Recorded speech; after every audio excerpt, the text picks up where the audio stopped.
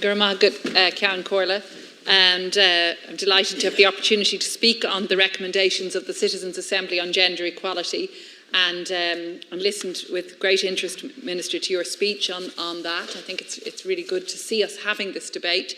And I must say, delighted to read the recommendations of the Citizens' Assembly in April.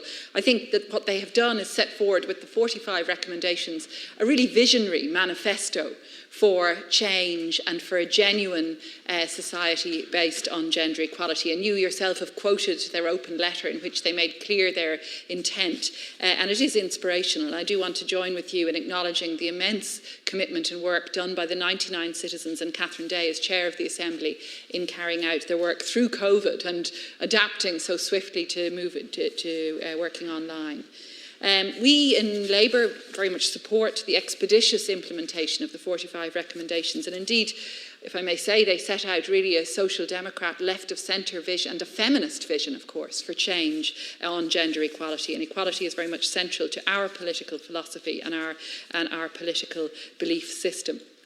I should also say that we're very supportive in general of the process of the Citizens' Assembly, as we were of the Constitutional Convention, which predated it, and which indeed was a creation of originally proposed by Labour in government. And I was proud to chair the Labour delegation on the Constitutional Convention in 2012 and 2013, which paved the way, the recommendations from which paved the way for the holding of the marriage equality referendum in 2015, among other things. So I think it's a really valuable, deliberative process to see these assemblies being established and being maintained in this country. And indeed, I wrote earlier this week about the potential for a new human rights culture to take hold in Ireland as we move through this awful pandemic, this devastating pandemic. And I do think that assemblies like the Citizens' Assembly, like the Convention, these processes are a way for us to move towards a new human rights culture in which the language of rights becomes more mainstreamed, more accessible, and in which we move to a new vision for rights that are not just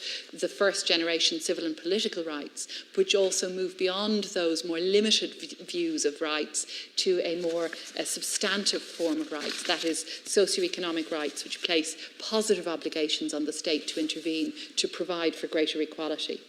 And in that regard, I think it's very useful to see again what the Citizens' Assembly has recommended in terms first of the amendment of the Constitution, and you focused on those recommendations, Minister, as well. Their recommendation to amend Article 40, subsection 1 to refer explicitly to gender equality and non-discrimination builds on similar recommendations made by other expert groups. And indeed, we might reflect that the Irish Free State Constitution had a guarantee of equality that did include the words without distinction as to sex, so was more cognizant of gender as a ground of discrimination, of the need to provide specifically against gender discrimination. And I do think that would be a very welcome amendment to have to include. You asked specifically for the views of members in this House, Minister, on the second recommendation as to amendment of the Constitution. That is the recommendation that Article 41, subsection 2 be amended so that the language would be made rendered gender neutral. And we might reflect how extraordinary it is that in 2021 our Constitution still speaks of women as having life within the home and of mothers as having duties within the home. Not only is that absurdly discriminatory towards women and reflecting, as the Irish Human Rights and Equality Commission have said, a perpetuation of gender stereotypes, but it's also discriminatory against men who, of course, who don't have any recognition of their paternal role, so we don't see any reference to fathers, and that, again, it needs to be changed. There have been, again, many different formulae put forward for changing Article 41, subsection 2, and I know, Minister, as you've said, you're well aware of the variations that have been proposed, and indeed we came close to the holding of a referendum on deletion of the language of the very gender-specific language. And what happened, I suppose, was the disagreement over what should replace it, if anything. I have to say personally, from my own experience in practice as taking constitutional cases, I think I would prefer simply the deletion of the language. I think the problem is how you construct a formula to recognise and support care and care work, as again the Human Rights and Equality Commission have recommended and the Citizens' Assembly have recommended, without setting up a hierarchy of rights. if we acknowledge the role of carers, what about the rights of those who are cared for? We have to be so careful in any constitutional reframing about setting up hierarchies of rights. So I know that this is an issue on which we will, I hope, have more discussion and debate, but I think there is, it is difficult to see how we construct the very necessary recognition for care and for the role of care in our community without creating difficulties. So I think that's the real challenge: is how do we recognise care in a way that is inclusive and that isn't counterproductive. And I know that that's a debate we'll continue to have. I think the third recommendation, I have to say, is a more straightforward one: that we would amend Article 41 to protect family life, but with the protection not limited to the marital family. And just yesterday, we in Labour published a new Shannon bill to give entitlement for a widow or widower's contributory pension for a surviving cohabitant, in recognition really of the huge glaring discrepancy in our law where we do not have recognition for cohabiting couples where one partner dies. And that's a really serious issue, and it was highlighted by the very tragic case of Johnny O'Mara, who lost his longtime partner, Michelle Beattie, and who, because they were not married, was not entitled to the same supports that a married surviving spouse would have been. We know, Minister, there are 150,000 households, cohabiting couples, 75,000 of those with children, who are unprotected in the event of family tragedy like that which visited Johnny O'Mara. And we in Labour will be also putting forward a Dáil motion to change this and calling on colleagues to support it. And as part of that motion, we'll be calling for an expansion of the definition of family in Article 41 to include families that are not based on marriage. Very welcome that we've expanded the definition of marriage, but we need to also expand the definition of family, as the Citizens' Assembly have recommended.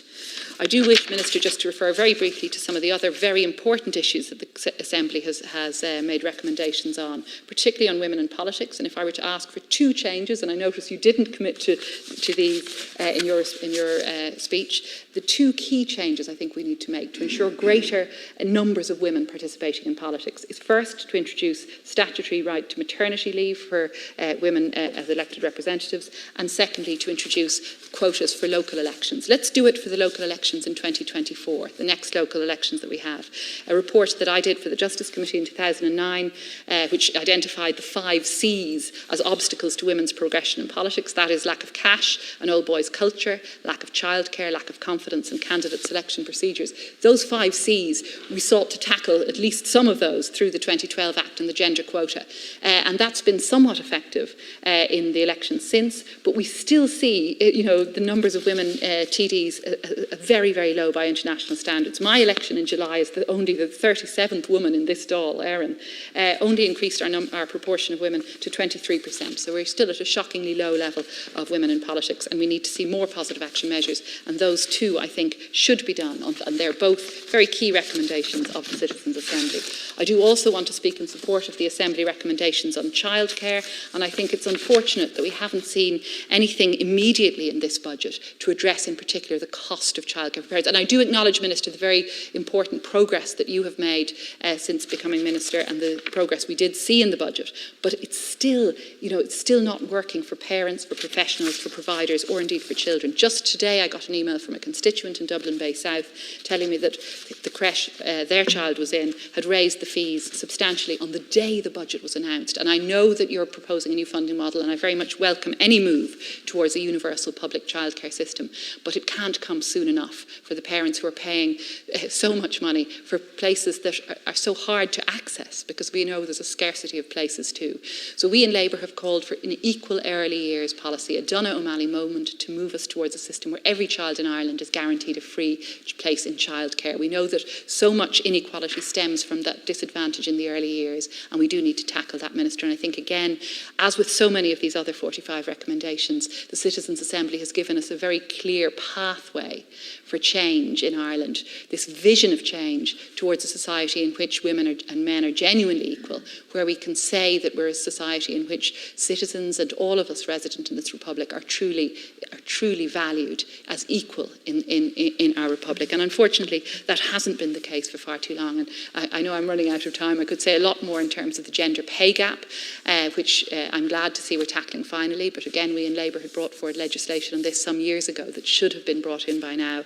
We know that women experience poverty to a greater degree than men, and we do need to address the lack of socio-economic rights for women and indeed for men again in order to achieve a truly equal republic. Thank you.